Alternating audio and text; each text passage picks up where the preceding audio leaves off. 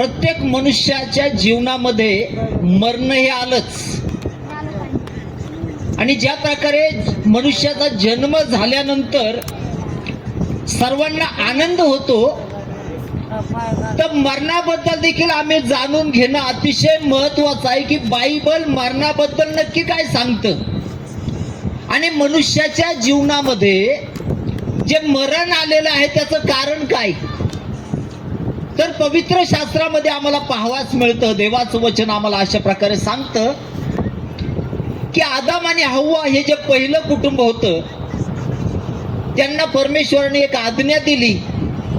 आणि ज्यावेळेस त्या आज्ञेचं उल्लंघन आदाम आणि हव्वा यांच्या जीवनातून झालं, त्याने देवाच्या आज्ञेचं उल्लंघन केलं, त्यांच्या जीवनावर शाप आले, त्यांच्या जीवनामध्ये कष्ट आले. आणि त्या माध्यमातून उत्पत्तीचं पुस्तक अध्याय 3 मध्ये आम्हाला वचनातून पाहावाच मिळतं की त्या ठिकाणून मरणाची सुरुवात झालेली आम्हाला दिसते. ज्यावेळेस आदाम हव्वेने पाप केलं, तिथं आध्यात्मिक रीतीने त्यांचं मरण झालं आणि नंतर शरीराने ते मेले.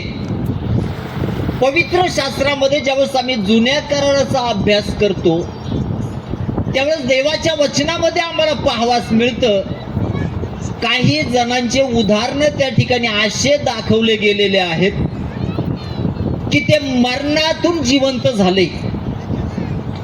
एलियाद्वारे मेलेल्या जिवंत करण्यात आलं, अलिशाद्वारे एका मुलास जिवंत करण्यात आलं. त्यानंतर आम्ही देवाच्या वचनामध्ये पाहतो अलिशाला पुरण्यात आलं. आणि ज्यावेळेस त्या भागामध्ये युद्ध झालं आणि त्या युद्धाच्या काळामध्ये आम्ही पाहतो काही सैनिक मरण पावले. आणि त्या ठिकाणी ज्यावेळेस त्याला पुरण्यासाठी खोदण्यात आलं, अलिशांचे हाडं त्या ठिकाणी होते. या मेलेल्या प्रेताला त्या अभिषिक्त संदेश त्यांच्या हाडांचा स्पर्श झाला आणि वचनामध्ये म्हटलंय मेलेला व्यक्ती जिवंत झाला. विचार करा, जो साधारण मनुष्य आहे परंतु ज्याच्या जीवनामध्ये देवाचं अलौकिक सामर्थ्य आहे, अभिषेक आहे, आशांच्या हाडाचा जर स्पर्श मनुष्याला होतो आणि तो जर जिवंत होतो, तर ज्यावेळेस देवाच्या पुत्राची वाणी मेलेले लोक ऐकतील ना, जेवढेही मेलेले आहेत ते उठवले जातील. आणि म्हणून अज्ञानामध्ये न चालता आम्ही देवाच्या वचनाचं वाचन करणं गरजेचं आहे, मनन करणं गरजेचं आहे, ते समजून घेणं गरजेचं आहे. आणि ज्यावेळेस आम्ही ते समजून घेऊ ना, एखादा व्यक्ती सोडून गेल्यानंतर आम्हाला दुःख होणं साहजिक आहे. परंतु ज्यावेळेस आम्हाला बायबलचं सत्य उमगतं ना, तर बायबल हे सांगतं मनुष्याचा मृत्यू हा दुःख करण्यासाठी नव्हे तर आनंद करण्यासाठी आहे. तो यासाठी की या जगामध्ये योबाच्या पुस्तकामध्ये असं म्हटलंय, जोही मनुष्य जन्माला येतो त्याच्या जीवनामध्ये भयानक त्रास आहे, यातना आहे, कष्ट आहे, दुःख आहे, अनेक गोष्टी आहेत. परंतु ज्यावेळेस मनुष्य देहापासून त्याचा आत्मा विभक्त होतो, तो देवाकडे जातो आणि त्यानंतर त्याचा प्रवास जो आहे खऱ्या रीतीने सुरू होतो. आणि म्हणून मरण हे दुःखासाठी नव्हे तर मरण हे आनंद देणार आहे, सगळ्यात महत्वाची गोष्ट. म्हणून पवित्र शास्त्रामध्ये जसं जुन्या करारामध्ये आम्ही पाहिलं काही जणांना प्रभू परमेश्वराने उठवलं, त्यानुसार नवीन करारामध्ये देखील आम्हाला काही लोकांचे उदाहरण अशा प्रकारे दिसतात ना की ते मेले, परंतु प्रभू येशूने यासाठी त्यांना उठवलं की आम्ही विश्वास करावा, तो मृतांना सजीव करणारा देव आहे.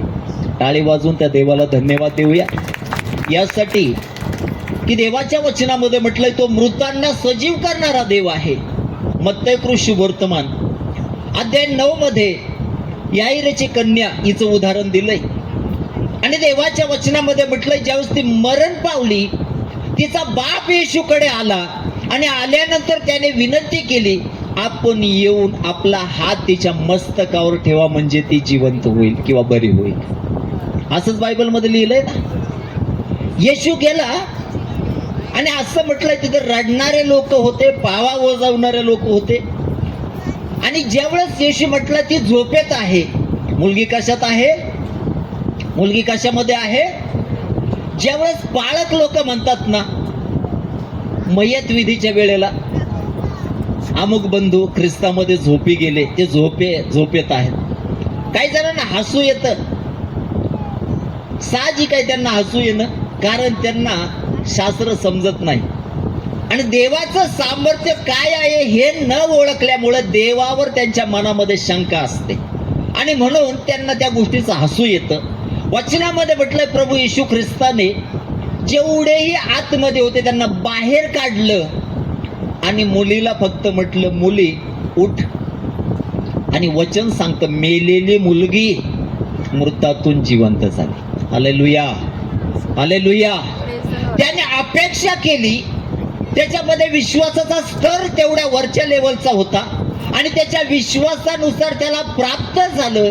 त्याची मेलेली मुलगी मृतातून प्रभू येशूने जिवंत केली. दुसरं उदाहरण जर आम्ही पवित्र शास्त्रामध्ये पाहिलं तर नाईन गावामध्ये एका विधवेचा मुलगा मरण पावला आणि तिचं जीवन चांगलं असल्या कारणाने आम्ही पाहतो सगळं गाव ते प्रेत घेऊन चाललेलं होतं. परंतु वचनामध्ये म्हटलंय, ज्या रस्त्याने ते चालले होते त्याच रस्त्याने प्रभू येशू आणि त्याचे शिष्य येत होते. जीवन आणि मरणाची जिथं गाठ पडली ना, प्रभू येशूने तिरडीला स्पर्श केला. प्रभू येशूने त्या मुलाला उठवलं आणि वचनामध्ये म्हटलंय त्या ठिकाणी आनंदी आनंद झाला. आणि म्हणून तो मृतांना सजीव करणारा देव आहे.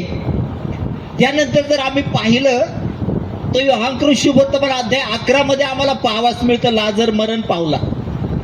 त्याच्या बहिणींनी येशूला आमंत्रण दिलं, पाठवलं, त्याला बोलवणं पाठवलं, या आमचा भाऊ आजारी आहे. येशू काही आला नाही. लाजर मरण पावला. 4 दिवस झाले आणि देवाच्या वचनामध्ये आम्हाला पाहावास मिळतं प्रभू येशू तिथं आला आणि त्याने ज्या वेळेस लाजराला हाक मारलेला, लाजरा बाहेर ये. देवाचं वचन सांगतं त्याचे बंधन तुटले गेले. ती वाणी मृत लाजराने ऐकली आणि ज्या वेळेस वचनामध्ये लिहिलं गेले तो लाजर त्या कबरेतून बाहेर आला. ते आम्हाला यासाठी चिन्ह आहे की आम्ही विश्वास ठेवावा, पुनरुत्थान व जीवन येशू आहे. तो मृतांना सजीव करणारा देव आहे आणि आम्ही ज्या देवावर विश्वास ठेवतो ना त्याला म्हटलं गेलं, तो अब्राहमाचा, तो इसाकाचा, तो याकोबाचा, तो मेलेल्यांचा नव्हे तर तो जिवंताचा देव आहे. यासाठी की आम्हाला तो अब्राहमही पवित्र शास्त्रामध्ये दिसतो, तो अब्राहमही पुनरुत्थानामध्ये आम्हाला दिसतो. आणि जर तो दिसतो ना, तो मेलेल्यांचा देव नाही तर तो कोणाचा देव आहे? जिवंताचा देव आहे. म्हणून जुन्या करारामध्ये काही उदाहरणं दिलेत, नवीन करारामध्ये येशूने काही जणांना जिवंत केलं आणि प्रेषितांनी देखील काही जणांना जिवंत केलं. त्यापैकी पहिला व्यक्ती जर आपण पाहिला तर देवाच्या वचनामध्ये म्हटलंय, युतुक. ज्यावेळेस प्रेषित पावलाने भाषण लांबवलं आणि युतुक खिडकीमध्ये बसला होता. कुठं बसला होता? खिडकीमध्ये. काही वेळेस पालकाचं भाषण लांबल्यावर काहींना झोप लागते, काहींना त्रासदायक होतं. आणि वचनामध्ये म्हटलं, युतुक ज्यावेळेस खाली पडला, पावलाने जाऊन त्याच्यावर पाखर घातली आणि त्या मृत युतुकाला त्याला जिवंत नेता आलं म्हणून त्याला आनंद झाला. म्हणून तो मृतांना सजीव करणारा देव आहे. या प्रेषित पावलाच्या अंगावर फडके टाकले आणि त्याच्यावर आजारी लोकांवर टाकण्यात आले. वचनामध्ये म्हटलंय त्या करवी परमेश्वराने अलौकिक चमत्कार केले आणि त्यापैकी प्रेषितांमध्ये ज्याला प्रभूने निवडलं त्याचं नाव पेत्र आहे आणि या पेत्राने देखील आपल्या जीवनामध्ये एका मेलेल्या व्यक्तीला जिवंत केलं. असं म्हटलंय, ज्यावेळेस एनेस याच्या घरी तो गेला आणि तो अंथरुणाला खिळलेला होता आणि पेत्र गेल्यानंतर त्याने म्हटलं, एनेस आपले अंथरुण नीटनेटके कर. अनेक वर्ष अंथरुणाला खिळलेला तो व्यक्ती, त्यावेळेस देवाचं आरोग्याचं सामर्थ्य त्याच्या जीवनात कार्यरत झालं आणि त्याने आपलं अंथरुण नीटनेटकं केलं आणि तो बरा झाला. ज्यावेळेस ती वार्ता शेजारच्या गावामध्ये गेली त्यावेळेस तबिता नावाची स्त्री मरण पावली. तिच्याबद्दल वृत्तांत पवित्र शास्त्रामध्ये लिहिला गेलाय आणि या स्त्रीच्या जीवनाबद्दल सांगितलंय ती फार दान धर्म करणारी होती. ती धार्मिक स्त्री होती, देवावर विश्वास ठेवणारी, भाव असणारी स्त्री होती. आणि देवाच्या वचनामध्ये म्हटलंय ज्यावेळेस तो गेला वर, त्या कुडीकडे तो गेला आणि त्याने त्या स्त्रीला हाक मारली, टबिथे कुम. ज्यावेळेस त्या अभिषिक्ताची वाणी त्या टबिथेच्या कानावर पडली, मेलेली टबिथा जिवंत झाली आणि त्या लोकांनी देवाचं अलौकिक सामर्थ्य पाहिलं. आणि म्हणून पवित्र शास्त्रामध्ये नवीन करारामध्ये देखील आम्हाला 10 पेक्षा अधिक अशा घटना पाहावास मिळतात जिथं प्रभू येशू ख्रिस्ताने मेलेल्यांना जिवंत केलं, यासाठी की आमच्या विश्वासाचा स्तर देखील वाढणं गरजेचं आहे. मग आज जर आम्ही पाहिलं तर पवित्र शास्त्रामध्ये काही काहींना या गोष्टी थोटांद वाटतात, काही काहींना स्वर्ग आणि नरक काहीतरी गोष्टी वाटतात. परंतु प्रभू येशू ख्रिस्ताने दोन्ही गोष्टीबद्दल आम्हाला शिक्षण दिलेलं आम्हाला पवित्र शास्त्रामध्ये आढळतं. त्यापैकी पहिलं जर आम्ही पाहिलं तर लोककृत शुभवर्तमान अध्याय 16 या ठिकाणी प्रभू येशू ख्रिस्ताने 2 व्यक्तीचं चरित्र सांगितलंय, त्यांचं जीवन सांगितलंय, त्यांची गोष्ट त्या ठिकाणी सांगितली. आणि त्यामध्ये कोण असते तर पहिलं म्हटलंय धनवान मनुष्य. कुठला मनुष्य? धनवान मनुष्य. आणि दुसरा दरिद्री लाजर. आता या वृत्तांतात ज्यावेळेस आम्ही वाचतो तर असं म्हटलंय तो धनवान मनुष्य जांभळी व तलम वस्त्र घालत असे. कुठली वस्त्र? जांभळी व तलम वस्त्र घालत असे आणि दररोज ख्याली खुशाली करायचा म्हटलं. म्हणजे हा थोडा शौकीन माणूस आहे. काही काही ना सवय असते सकाळीच आपले इस्त्री वगैरे करून कडक फेरफाटका मारायची ना, त्याच प्रकारे याचं जीवन आम्हाला पवित्र शास्त्रामध्ये दिसतं. आणि त्या ठिकाणी ज्यावेळेस आम्ही पाहतो त्याच्याच घराजवळ दाराजवळ पडलेला एक लाजर होता. या श्रीमंताच्या मेजावरून काहीतरी पडलं, त्यावर आपलं पोट भरावं ही त्याची काय असे? नेहमी इच्छा असे. परंतु हा याच्याच थाटात असल्यामुळं कधी याचं लाजराकडे लक्ष गेलं का? कधीच गेलं नाही ना. याचं लाजराकडे कधीच लक्ष गेलं नाही. वचनामध्ये म्हटलंय लाजर मरण पावला आणि देवदूताने त्याला नेऊन कुठं ठेवलं? अब्रामाच्या उराशी. त्याच्या जीवनामध्ये दुःख होतं, त्याच्या जीवनामध्ये त्रास होता, तो फोडाने भरलेला होता, अनेक समस्या त्याच्या जीवनामध्ये होत्या. परंतु ज्यावेळेस त्याचा विश्वास परमेश्वराने पाहिला, देवदूताने नेऊन त्याला कुठं ठेवलं? अब्रामाच्या उराशी.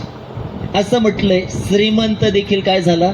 मरण पावला आणि त्याची उत्तर क्रिया करण्यात आली. काही वेळेस मी पत्रिका पाहतो, उपकार स्तुतीच्या असतील, 40व्याच्या असतील, स्वर्गवासी लिहिलं जातं. कसं? अनेकदा तुम्ही वाचले असतील. आणि ज्यावेळेस त्यांचे कारनामे तुमच्या डोळ्यासमोर असतील ना, त्या स्वर्गवासी शब्दाबद्दल तुम्हाला हसू येत असेल नाही का? बरोबर ना? ते काय धर्मशाळा आहे का? आओ जाओ घर तुम्हारा, कधी या कधी जा, कसं गैरटपणे वागण स्वर्गामध्ये जाताना, असं आहे का? नाही ना. म्हणून स्वर्गवासी लिहिणं सोपं आहे, परंतु स्वर्गात जाण्यासाठी काहीतरी अटी देवाच्या वचनामध्ये सांगितल्या गेल्यात. स्वर्गात जाण्यासाठी काहीतरी अटी सांगितल्या गेल्यात. आणि वचनामध्ये म्हटलंय तो धनवान मनुष्य क्लेश भोगत असताना त्याने ज्यावेळेस वर दृष्टी केली, त्याच्या दृष्टीस कोण पडला? लाजर पडला. काय करत होता लाजर? अब्रामाच्या उराशी सुख लोकामध्ये होता. कुठं? अगोदर मी म्हटलं तो मृतांचा नव्हे तर कोणाचा देव आहे? प्रभू येशूने अब्रामाला कुठं दाखवलं? स्वर्गामध्ये. म्हणजे तो कुठं आहे? सुखलोकात नाही का? तो आहे ना. आणि म्हणून तो मृतांचा नव्हे तर कोणाचा देव आहे? जिवंताचा देव आहे. म्हणून वचनामध्ये जेव्हा आम्ही पाहतो त्याचं लक्ष लाजराकडे गेलं आणि त्याने म्हटलं, हे बापा अब्राहमा. काय म्हणतो तो? हे बापा अब्राहमा. आता याचा अर्थ खूप खोल आहे. अब्रामाला आपला काय म्हणतोय, परंतु अब्रामाची कर्म कशी आहेत आणि या श्रीमंताची कर्म कशी आहेत, याच्यावरून त्यांचं जीवन आमच्या समोर उभं राहतं, नाही का? त्याने स्वतःला कोणाशी जोडलं? अब्रामाशी जोडलं. आता अब्राम साधा नाही, विश्वासाचा जनक म्हटलंय. ज्यावेळेस देवाने सांगितलं, तू आपला बाप, घरदार, देश सगळं काही सोडून मी दाखवील त्या देशात जा, याच्या विश्वासाचा स्तर एवढा वर होता ना, त्याने सगळं काही सोडलं आणि तो निघाला, नाही का? जर त्याच स्थितीमध्ये परमेश्वराने आज आमच्याकडे काहीतरी मागणी केली, आम्ही करू का? कठीण जाईन आम्हाला ना. म्हणून आमचा विश्वास ख्रिस्तावर तेव्हा मजबूत होतो जेव्हा आमच्या जीवनामध्ये एक मजबूत अनुभव असेल, येशू ख्रिस्त जिवंत आहे म्हणून, नाही का? बरोबर ना? अनुभवाविना आम्ही विश्वासामध्ये मजबूत होऊ शकतो का? तर नाही होऊ शकत. आणि म्हणून तो श्रीमंत मनुष्य म्हणतो, हे बापा अब्राहमा, लाजराला सांग त्याची करंगळी पाण्यात बुडून माझ्या जिभेवर पाण्याचा थेंब टाक, नाही का? अब्राहमाला काय म्हटलं? बाप म्हटलं ना. योहान सुवर्तमान अध्याय 8 मध्ये यहुदी लोक आणि येशू यांचं संभाषण चालू होतं. आणि प्रभू येशू ख्रिस्त तिथं म्हणतो, जो कोणी पाप करतो तो पापाचा दास आहे. यहुदी म्हटले, आम्ही कधीच कोणाचे गुलाम नव्हतो, तर तुम्ही असं कसं म्हणता? तिथं त्यांची चर्चा झाली आणि थोड्या वेळा मग अगोदर विश्वास असणारे हे यहुदी लोक येशूला म्हणायला लागले, तुला भूत लागलंय. काय म्हणायला लागले? तिथं प्रभू येशू म्हणतो, अब्राहम ज्यांना तुम्ही आपला बाप म्हणता, त्यांनी तर असं केलं नाही. त्याने देवाने सांगितलेले आज्ञाविधी पाळल्या, परंतु तुम्ही मला काय करायला उठले? मारायला उठले, नाही का? म्हणून आम्ही कोणाचे लेकरं आहोत ना, आमच्या रोजच्या कर्मावरून, आमच्या रोजच्या कृतीवरून काय होतं? प्रगट होतं. मग चाहे तुम्ही विश्वासणारे असा किंवा पाळक असा, आमचे कर्म जर योग्य नाही ना, तर आम्ही कितीही अब्रामाचे लेकरं म्हटलो, कितीही जिवंत देवाचे लेकरं म्हटलो, कितीही येशूचे आहोत म्हटलो, तरी आम्ही होत नाही. म्हणून आमच्या जीवनामध्ये आम्ही पडताळणी करायला पाहिजे, आमचे कर्म कसे आहेत. पुढे वचनामध्ये जर पाहिलं तर असं म्हटलंय, अब्राहम त्याला बोलला. तो म्हटला, लाजराला तुझ्याकडे काही येता येणार नाही आणि तुला देखील इकडे काही येता येणार नाही. का? कारण दोहोंच्या मध्ये काय स्थापन करण्यात आलं आहे? दरा स्थापन करण्यात आलं. इकडच्याला तिकडं जाता येत नाही आणि तिकडच्याला इकडे येता येत नाही. आता ज्यावेळेस असं घडलं त्यावेळेस पुन्हा हा व्यक्ती अब्रामाला विनंती करू लागला, अब्रामा, बापा एक कर, माझे भाऊ पृथ्वीवर आहेत आणि या लाजराला त्यांच्याकडे पाठव, म्हणजे ते काय करतील? विश्वास ठेवतील. ते काय करतील? विश्वास ठेवतील. अब्रामाचं त्याला उत्तर आलं, मृतातून जरी कोणी उठून यांच्याकडे गेला तरीही ते विश्वास ठेवणार नाही. यहुद्यांकडे प्रभू येशू जिवंत झाला आणि यहुद्यांकडे गेला, ठेवला का त्यांनी विश्वास? ठेवला का यहुद्यांनी विश्वास? अरे ज्या वंशातून आला त्यांनी विश्वास ठेवला का? नाही ठेवला. येशूला मारण्यामध्ये सर्वात पुढे कोण होते? यहुदी लोक होते. म्हणून वचनामध्ये आम्ही पाहतो, तो तिथं म्हणतो की हा जरी गेला तरी ते विश्वास ठेवणार नाही. त्यांच्याकडे सेवक आणि संदेश आहे त्याचं त्यांनी ऐकावं. आपण काही पेशल आहोत का? पेत्राने यावं आपल्याकडं?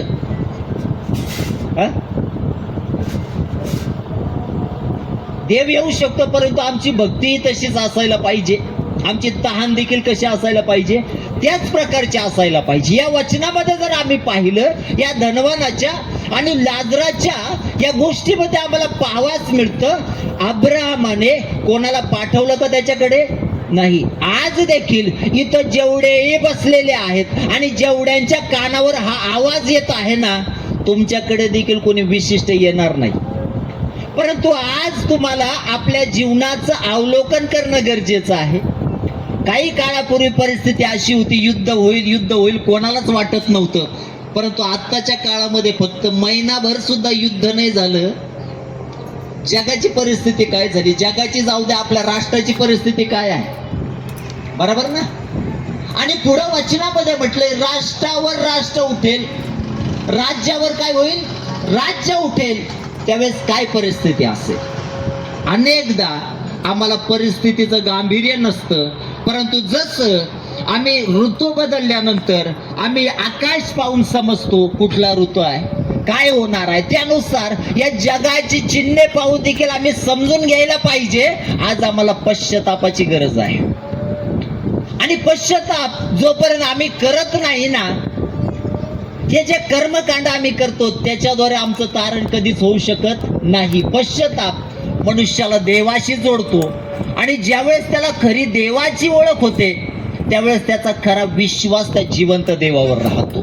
आणि म्हणून पवित्र शास्त्रामध्ये अनेक जण उठवले गेले, त्यापैकी यांचं देखील उदाहरण आम्हाला पाहावयास मिळतं. परंतु पवित्र शास्त्रामध्ये अजून एक व्यक्ती उठवला गेला, त्याचं नाव आहे प्रभू येशू. काय नाव आहे त्याचं? प्रभू येशू ख्रिस्त. ज्यावेळेस शिष्याला त्याने सांगितलं की मला यहुद्यांच्या हातून धरून देण्यात येईल, मला वधस्तंभावर खिळण्यात येईल आणि तिसऱ्या दिवशी मी मृतातून काय होईल, उठेल, त्यांना दुःख झालं. त्यांना काय झालं? दुःख झालं. पेत्र काय म्हटला? तुला असं कधीच होणार नाही. आम्हालाही वाटतं आमचे जवळचे, आमच्या घरातले लोक आम्हाला सोडून जाता कामा नये, बरोबर ना? त्यांचा मृत्यू होता कामा नाही. परंतु आत्ताची परिस्थिती अशी आहे, मरण वयामानानुसार येतंय का? मरण आत्ताच्या स्थितीमध्ये वयामानानुसार येतंय का? आजारपण पाहून येतंय का? नीट असलं तरी मरतोय, म्हातारा असलं तरी मरतय आणि तरुण जरी असलं तर मरतय. त्याला काही टाइम टेबल नाही. हे खरं वास्तव आहे. परंतु देवाच्या वचनामध्ये आम्ही पाहतो, ज्या वेळेस प्रभू येशू बद्दल म्हटलं गेलंय की तो म्हटला मी उठेल, पुढं वचनामध्ये आम्ही पाहतो की ज्यावेळेस प्रभू येशू ख्रिस्ताला त्या कबरेमध्ये ठेवण्यात आलं, पहाटेच महिला गेल्या आणि त्यांनी त्याला मसाला लावण्यासाठी त्या गेल्या. परंतु ज्यावेळेस त्या ठिकाणी गेल्या, वचनामध्ये आम्हाला पाहावयास मिळतोय की त्यांना समजलं प्रभू येशू इथं नाही, तर तो काय झाला आहे, तो काय झाला आहे, उठला आहे.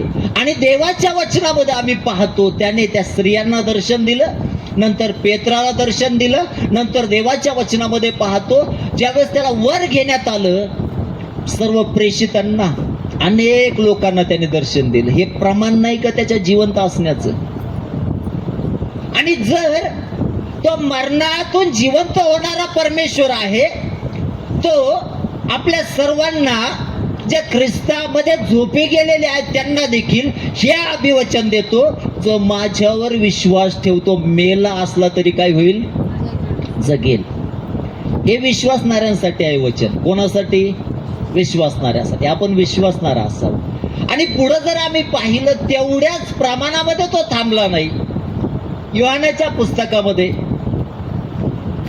शेवटच्या काही अध्यायामध्ये आम्ही पाहतो, अम्माऊस गावाच्या रस्त्याने 2 शिष्य चालले होते. त्यांच्यामध्ये प्रभू येशू ख्रिस्त आला आणि त्या संपूर्ण गावापर्यंत जाऊपर्यंत त्याने सर्व गोष्टी त्यांना सांगितल्या. माहिती आहे ना तुम्हाला?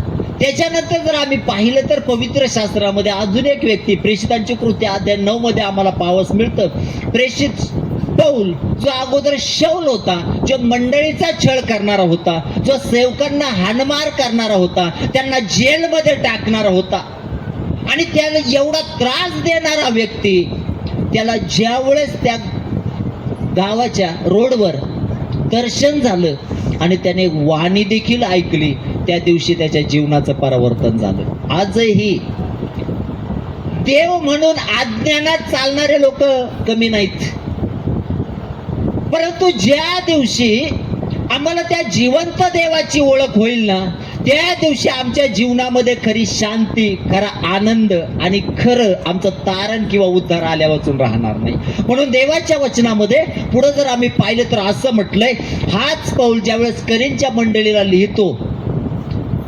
करिंथकरास पत्र अध्याय 15 आणि त्याचे काही वचन जर आपण वाचले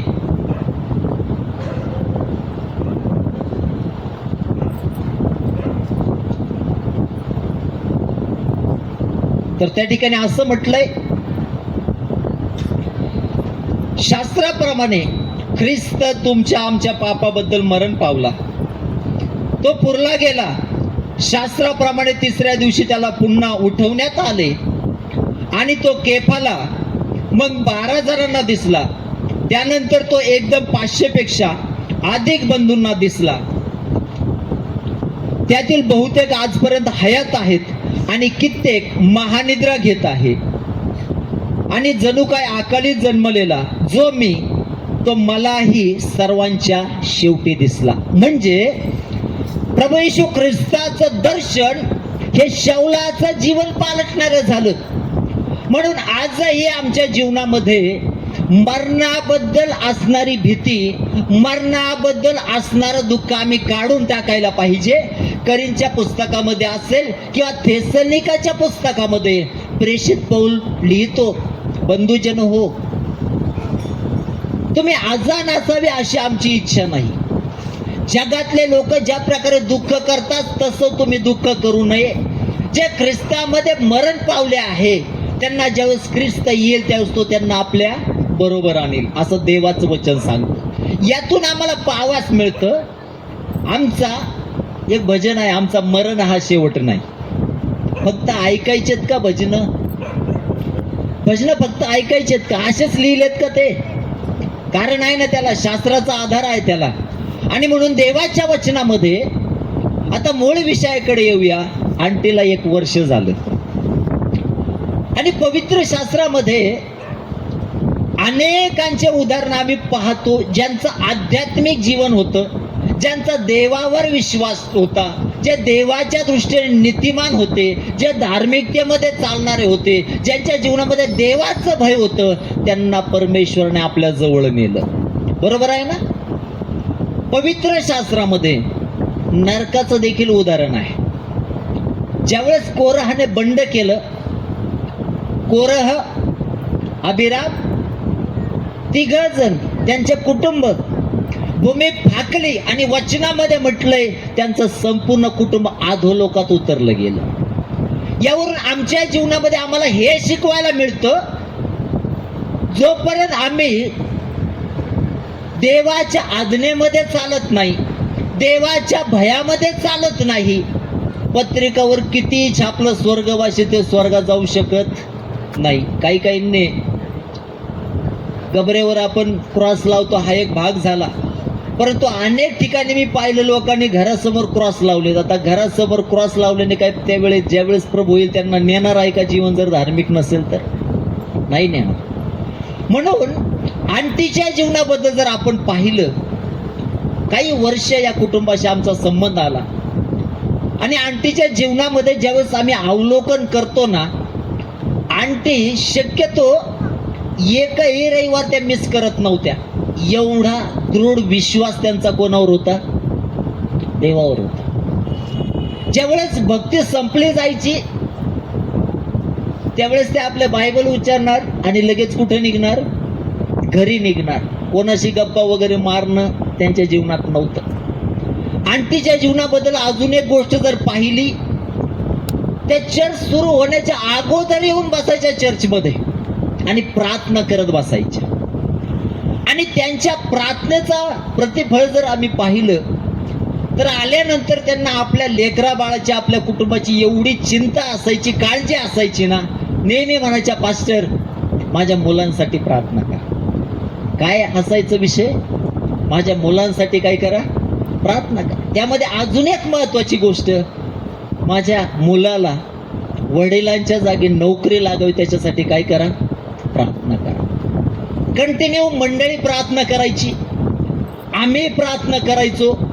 परंतु आमच्याही प्रार्थनापेक्षा अधिक जर कोणी प्रार्थना केली असेल ना, ते कोण आहे माहिती आहे का? आंटी आहे. ज्या वेळेस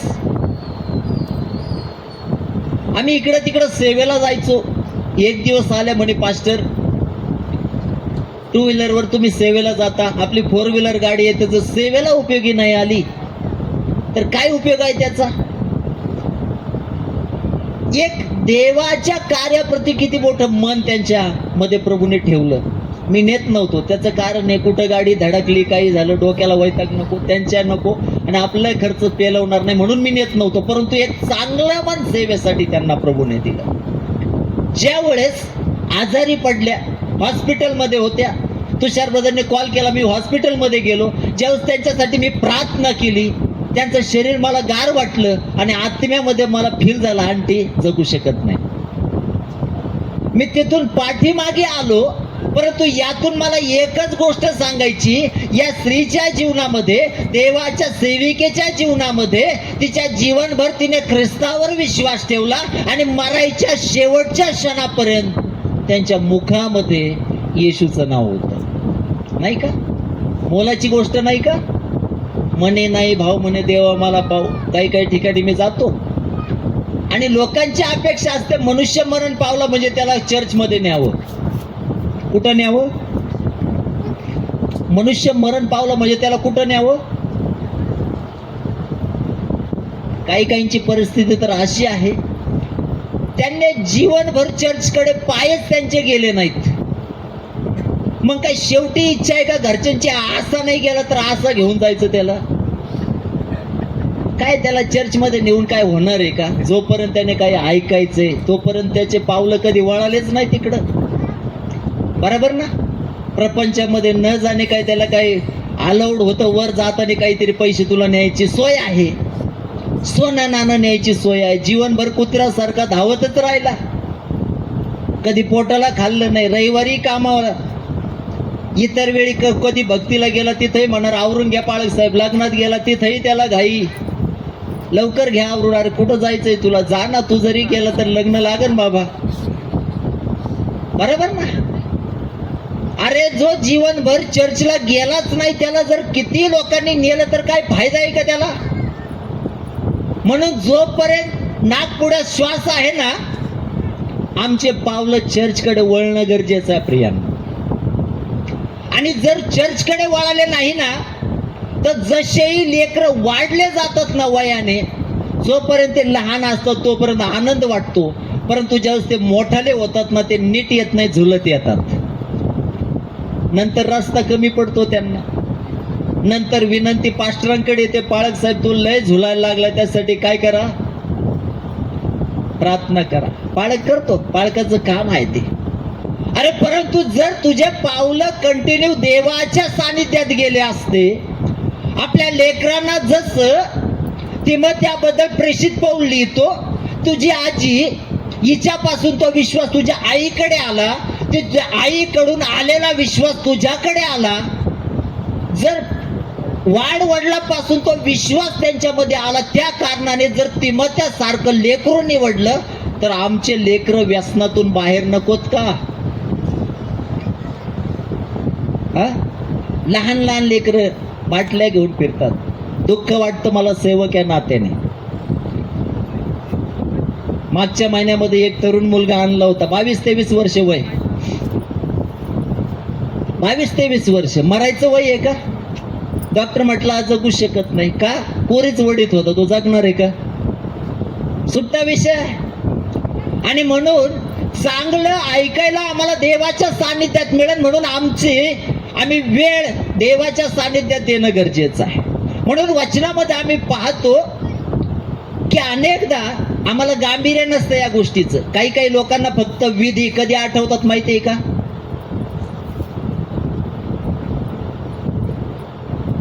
चाहे पालकाने पुरलं किंवा लोकांनी नेहून पुरलं, उठवला कशाद्वारे जाईल सांगा बरं? त्याच्या विश्वासाद्वारे, त्याच्या कर्माद्वारे ना. बरोबर ना? किंवा पाळकाने पुरलं, फादरने पुरलं, त्याच्या कर्माकर्मी उठवला जाणार आहे ना तो. मग जर जीवनभर आम्हाला त्याचं गांभीर्यच नाही, केवळ रूढी परंपरा पाडल्याने आमचं तारण होणार आहे का? नाही होणार. म्हणून देवाच्या वचनामध्ये आम्ही पाहतो, प्रेषित पाऊल आम्हाला या वचनामध्ये पाहतो, त्याला दर्शन झालं आणि त्या प्रेषित पाऊलाच्या जीवनामध्ये त्याने सांगितलं प्रभू येशू ख्रिस्त मृतातून काय झाला, उठला. आणि तिच्या जीवनाबद्दल ज्यावेळेस मी तिथं होतो मला देवाच्या आत्म्यात फील झाला. आणि ती नाही जगणार. अनेकदा लेकर या नात्याने या कुटुंबाला दुःख होणं साहजिक आहे. परंतु ज्या ज्या काळात त्याने प्रार्थना केल्या ना, त्या प्रार्थनेचं उत्तर परमेश्वराने दिलं. त्यांच्या मुलाला प्रभूने जॉबचे मार्ग मोकळे केले, नाही का? आणि आज ज्यावेळेस मी त्या गोष्टीकडे पाहतो ना, सेवक या नात्याने मी नक्कीच प्रार्थना केल्या, मंडळींनी प्रार्थना केल्या. परंतु त्या मुलाच्या नोकरीसाठी सर्वाधिक अश्रू जर कुणी गाळले असतील ना, ते त्या आंटीने आहेत, नाही का? ते कुणी आहेत? आंटीने आहेत. नेहमी ध्यानात घ्या, मी जवळपास 20 वर्ष झाले सेवा कार्य करतोय. धार्मिकता हा विषय वेगळा आहे, परंतु जगिक जीवनामध्ये जगणाऱ्या लोकांसाठी देखील आपल्या आईबापाचा सन्मान करणं गरजेचं नाही का? गरजेचं नाही का? खूप गरजेचं आहे. धार्मिकता वेगळी, बायबलचा विषय बाजूला ठेवा. जगिक व्यक्तीने देखील आईबापाचा सन्मान करायला नको का? परंतु तो सन्मान कुठपर्यंत असतो माहिती आहे का? प्रॉपर्टी नावावर होईपर्यंत. कुठपर्यंत सन्मान? नंतर लेकरं जर जास्त असतील ना, त्यांचे डोळे सगळ्या घरांकडे लागलेले असतात. कुठून मला चहा येईल, कुठून मला जेवण येईल. माणसं आहोत का आम्ही? अरे जर घरच्यांना सांभाळण्याची आमची कुवत नाही तर जगाबरोबर आम्ही किती आनंदाने राहिले त्याला काही अर्थ आहे का? अर्थ आहे का? ज्या मातेने आपल्या लेकराला नोकरी लागून सातत्याने प्रार्थनेमध्ये आपला वेळ दिला आणि ज्यावेळेस त्या गेल्या, दुःख होणं साहजिक आहे. परंतु मी तुम्हाला सांगेल, देवाच्या योजना देवाला माहित आहे. आणि मी पाहतो जे खरं धार्मिकतेचं जीवन जगतात, ख्रिस्तावर खरा ज्यांचा विश्वास आहे ना, त्यांच्या जीवनामध्ये त्यांना त्रास प्रभू देत नाही बरं का. आमच्या भावकीतले एक आमचे चुलते होते आणि या व्यक्तीच्या हातामध्ये नेहमी बायबल असायचं. काय असायचं? नेहमी बायबल. म्हातारे झाले, अक्षर नीट दिसत नव्हतं, तरी त्यांच्या हातामध्ये काय असायचं? बायबल असायचं. एवढं देवावर प्रेम. एक दिवस रात्री झोपी गेले, सकाळी ज्यावेळेस घरच्यांनी पाहिलं ते 20वा पावले, मरण पावले. का बरं? का बरं? देव खऱ्या लोकांना त्रास देतो का? खऱ्या लोकांना त्रास देतो का? म्हणून मी या कुटुंबासाठी सांगेन, ज्याही गोष्टी घडल्या देवाच्या योजनेचा भाग होता आणि त्यानंतर त्या प्रभूमध्ये 20वा पावल्या. काही काळापूर्वी एक मला कॉल यायचा आणि त्या कुटुंबासाठी अशी प्रार्थना करायला ते सांगायचे, पाळक साहेब आमच्या आजी आहेत, महिना झाला जीव काय त्यांचा जात नाही. मग आता मी काय करायचं? असं म्हणायचं, प्रभू जा यांना घेऊन. बरोबर ना? काही नाही सुचवलं त्यांना, खाटावून खाली ठेवा. खाटावून काय करा? अरे काय घाई आहे, पडवते ना खाटावर, म्हणजे मोकळा होशील. एक काम कर ना, जर तुला लय प्रेम कमी केलं ना, त्यांच्या प्रॉपर्टी घेऊ नको ना. खरं आहे का खोटं आहे? जर आईबापाचा त्रासच नको तर त्याच्यात वाटेकरी होऊ नको ना. बरोबर ना? काही नाही म्हटलं, प्राण्यांना घास घाला. कशासाठी? एवढे कमून कटाळे बाबा. का 2 किलोचा भात खाताय ते काय आहे? काय नेमकं? हे माणसं आहेत ना. बरोबर ना? यांना माणसं म्हणायचं का? माणसं म्हणायचं का? प्रश्नचिन्ह आहे मोठा. म्हणून घरामध्ये असणारे वाडवडील आमच्यासाठी आशीर्वादाचे कारण आहेत. जरी त्रास देतात त्यांचा त्रास सहन करण्यासाठी आपणही शिकायला पाहिजे, कारण लहानपणापासून आपलाही काहीतरी त्रास त्यांनी काढला असेल, नाही का? काढला असेल का नाही? ज्यावेळेस मी नगरमध्ये आलो 2002-03 ला मी नगरमध्ये आलो आणि त्यावेळेस आमची परिस्थिती खूप कठीण असायची. सेवा कार्य मी करायचो, कामही माझं चालू असायचं. गॅस होता परंतु गॅस लवकर संपू नये म्हणून माझी आई पाईपलाईनला राहायचो आम्ही. कुठेही एखाद्या झाडाची फांदी पडली माझी आई ती ओढत आणायची. कसं वाटत असेल? कशासाठी आणत होती? लेकराला काहीतरी काय व्हावी, मदत व्हावी. लेकराला काहीतरी काय व्हावी, मदत व्हावी. काहीतरी गॅस 4 दिवस जास्त जाईल ही तिची भावना. इतके कष्ट केले आमच्यासाठी अफाट. ज्यावेळेस दुःखाचे दिवस होते त्यावेळेस ती आमच्या बरोबर होती, परंतु ज्यावेळेस माझी परिस्थिती पालटली ना, कोरोनाच्या काळात ती मरण पावली. ज्यावेळेस ती मरण पावली, आजही ज्यावेळेस मला तिची आठवण येते ना, माझ्या डोळ्यात अश्रू असते. का माहितीये का? का? कारण तिने माझ्यासाठी खूप कष्ट घेतले. म्हणून अनेकदा लेकरांच्या मुखात हे शब्द असं, तू माझ्यासाठी काय केलं, हे शब्द बोलायची आपली लायकी आहे का? वाडवडिलांना हे शब्द बोलायची आपली लायकी आहे का? त्यांच्या परीने जे त्यांना करता आलं ते त्यांनी केलं, उत्कृष्ट आमच्यासाठी केलं. पुढं आम्ही त्यांच्यासाठी काय करतो हे महत्वाचं आहे. आणि म्हणून यातून मला एकच गोष्ट सांगायची, प्रभू येशू ख्रिस्त वधस्तंभावर असताना त्याच्याजवळ एक शेजारी चोर होता. तो म्हटला, ज्यावेळेस तू आपल्या राजवैभवाने येशील त्यावेळेस माझी काय कर. प्रभू म्हटला, तू आजच मज बरोबर. कुठं असशील? आजच मज बरोबर, उद्या नाही. कधी? आजच. लगेच त्याला सुखलोक प्राप्त झालं. अरे जो चोर त्या ख्रिस्ताच्या ओळखीने म्हणतो तू माझी आठवण करून लगेच त्याला सुखलोक प्राप्त होतं, तर ज्या आंटीने आपल्या जीवनाच्या संपूर्ण जीवनाच्या प्रवासामध्ये ख्रिस्ताला प्रथम ठेवलं, ज्या आंटीने आपल्या जीवनाचा श्वास बंद कर होईपर्यंत त्या ख्रिस्ताला आपल्या अंतःकरणात ठेवलं, मुखात ठेवलं, कुठं असतील त्या आंटी? काही विषय राहिला का? काही विषय राहिला का? म्हणून प्रेषित पाऊल थेसलनिकाराच्या मंडळीला असं म्हणतो, दुःख करू नका. काय करू नका? दुःख करू नका. परंतु जे त्यांनी केलंय ना, मी या कुटुंबाला एकच सांगेल, त्या मार्गावर चालत राहा. शास्त्र सांगतं त्याच्यावर भाव ठेवणारा लजित फजित होत नाही. सगळ्यात महत्वाची गोष्ट, शेवटचं प्रमाण. आणि आपण प्रार्थना करूया. बघा, ज्यावेळेस मला ख्रिस्ताची ओळख झाली ना, त्याच्या अगोदर मी पत्त्याचे क्लब चालवत होतो. काहींना माहिती नसेल, माझी बायको इथलचीच आहे. त्यावेळेस मी थोडा सोजवळ दिसलो ना, मामाने पडताळणी केली, दुकानवर नेलं मला, मावा माझ्या हातात दिला, खाता का? नवरदेवाची पडताळणी कशी चालली, मावा खाता का? आता खात जरी असला माणूस खाईन का हो? खाईन का? पत्त्याचे क्लब चालवायचो, सोरटचे धंदे चालवायचो, चांगलं चाललं होतं, काही प्रॉब्लेम नव्हता. परंतु आजारी पडलो. प्रत्येक अमावस्या पौर्णिमेच्या काळामध्ये घरात मी लोळायचो, मला त्रास व्हायचा. आईने हॉस्पिटल केले, बाकीच्या लोकांकडे घेऊन गेले, उतारे कर, अमुक कर, तमुक कर, सगळं केलं, काही फरक नाही पडला. आणि ज्यावेळेस नगरमध्ये आलो, लग्न झालं, 1.5 वर्ष झालं, तर मरायच्या शेवटच्या स्टेपला होतो. बायकोकडे लिंब सांभाळायला असायचं, माझ्याही खिशामध्ये लिंब सांभाळायला असायचं, दंडाला ताईत होतं, अजून एक त्याच्यावर भागलं नाही, गाड्यातही ताईत होतं.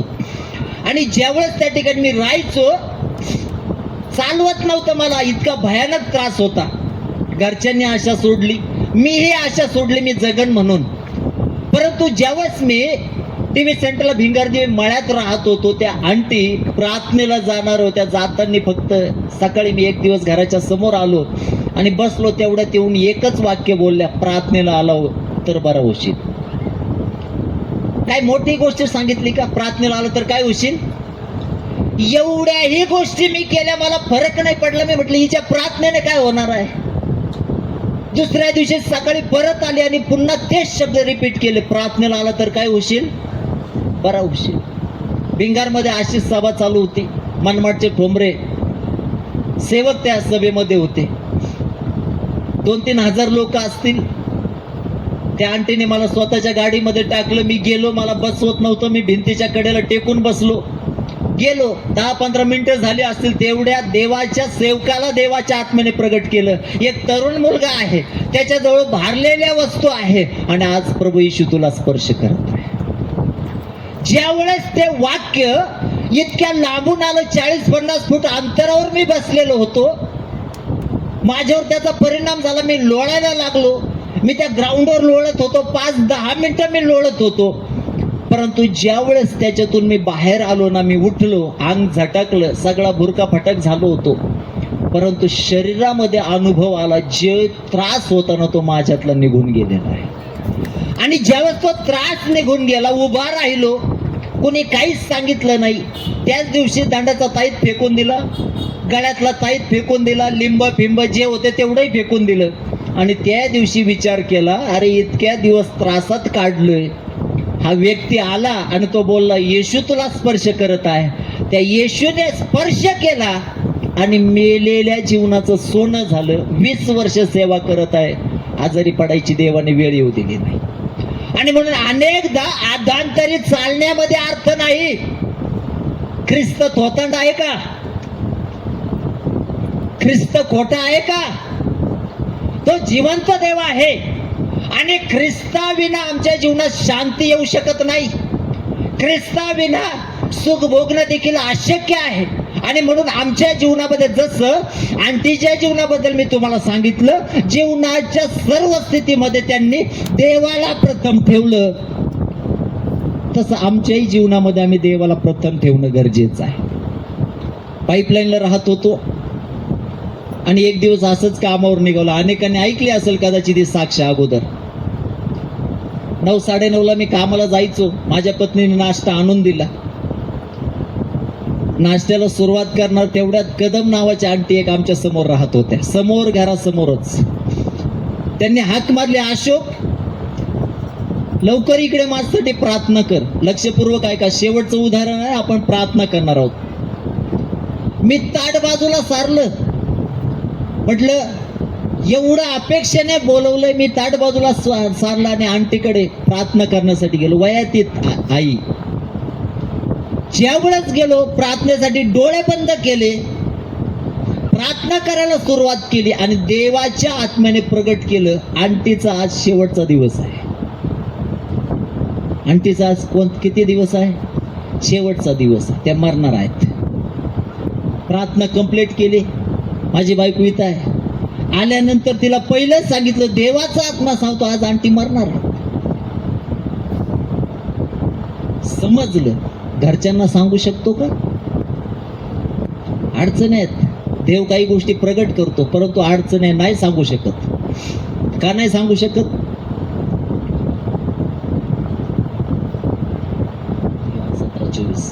का सांगू शकत नाही? जर मी म्हटलो ना आंटी जर मेल्या असत्या आणि त्या घरच्यांनी म्हटलं असतं आमची आई तुझ्या बोलण्याने मेल्या, कुठून आणून द्यायच्या? कुणाचं काय दुखणं वाढेल आपण नाही सांगू शकत. आणून कुठून द्यायच्या? ठीक आहे म्हटलं. माझं आवरलं, नाश्ता केला, मी कामावर गेलो. दुपारी नेहमीची माझी सवय असायची, मी घरी जेवायला यायचो. दुपारी पुन्हा बायकोने वाढून आणलं. 2 घास घेतले. तेवढ्यात आंटीचा परत आवाज, अशोक माझ्यासाठी प्रार्थना करायला ये. आता समोरच घर, 10-12 फूट अंतर फक्त. मी समोर गेलो आणि लगेच आंटीसाठी प्रार्थना केली. देवाचा आत्म्याने पुन्हा तीच वाणी, आंटीचा आजचा शेवटचा दिवस आहे. तसंच प्रार्थना करून रिटर्न आलो. बायकोला सांगितलं, अरे परत देव तेच बोलला. परत देव काय झाला? तेच बोलला. जेवण वगैरे केलं, पुन्हा कामावर गेलो. ज्यावेळेस 7-7:30ला रिटर्न आलो ना, त्यावेळेस माझ्या बायकोने पहिली मला बातमी काय दिली, आंटी गेल्या. आंटी काय झाल्या? गेल्या. अगोदर एवढं दुःख वाटलं नाही, परंतु त्यावेळेस इतकं दुःख वाटलं ते याचं की देव सांगत होता आंटी काय होणार आहेत, जाणार आहेत. आपण काही करू शकलो नाही त्यांच्यासाठी, घरच्यांनाही सांगू शकलो नाही. आणि ज्यावेळेस ते दुःख घेऊन मी तसंच भिंतीच्या जवळ बसलो, अंतकरणात हे दुःख होतं, प्रभू या मातेने जीवनभर तुझी सेवा केली, तुझ्यावर भाव ठेवला, तुझ्यावर श्रद्धा ठेवली, आणि आज जर ही आंटी मेली तर नेमकं गेली कुठे आहे मला सांग. गरजेचं नाही का फक्त ऐकायचं मेलेले उठवले जातील, मेलेले उठवले जातील. कोण उठलेत? वाडवडील झोपेल. अरे देव दया करतो आमच्यावर, जो येत नाही, नाही का?